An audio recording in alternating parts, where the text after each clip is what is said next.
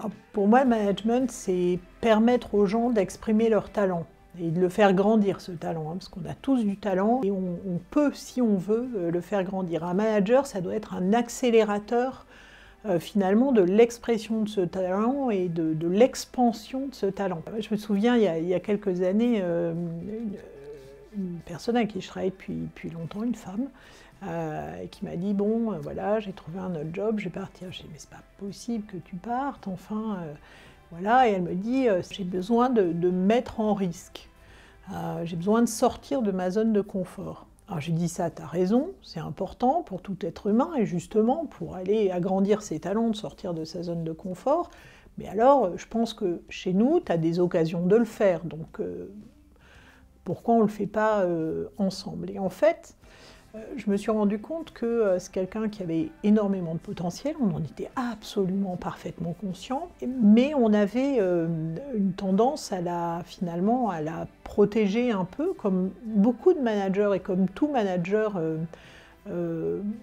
finalement on protège les gens. Souvent, d'ailleurs, c'est compliqué de différencier la bienveillance et empêcher les gens de grandir. Et donc là, je me suis rendu compte que la bienveillance, elle devait être synonyme d'exigence, et elle devait aussi être un moteur pour permettre aux gens de sortir de leur zone de confort plus vite et d'être donc un peu plus astringent parfois qu'on ne peut l'être dans des relations de long terme en management,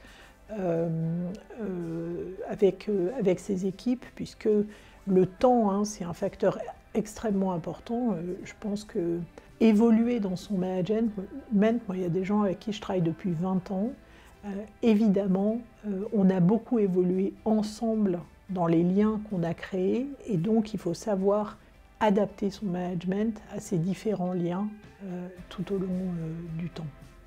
Alors pour moi, il y a deux qualités fondamentales. Il y a la première qui est le courage. Il ne peut pas y avoir de bienveillance sans exigence et sans courage. Sinon, c'est de la lâcheté et on ne peut pas faire progresser. Les gens ne peuvent pas exercer leur talent, grandir avec un manager qui n'est pas courageux.